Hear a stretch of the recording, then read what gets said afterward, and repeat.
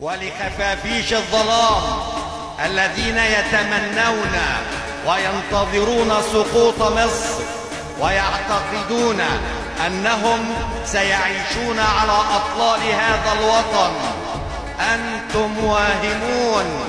فوالله الذي لا إله إلا هو لن تسقط مصر، ووالله الذي لا إله إلا هو لن تركع مصر ولن تحني جبهتها أبدا إلا لله. فنحن شعب عريق في مفاخره وأمة تشتري النصر بغاليها. أرض الكنانة ما عقمت ولا انحنت يوما إلا لبارئها.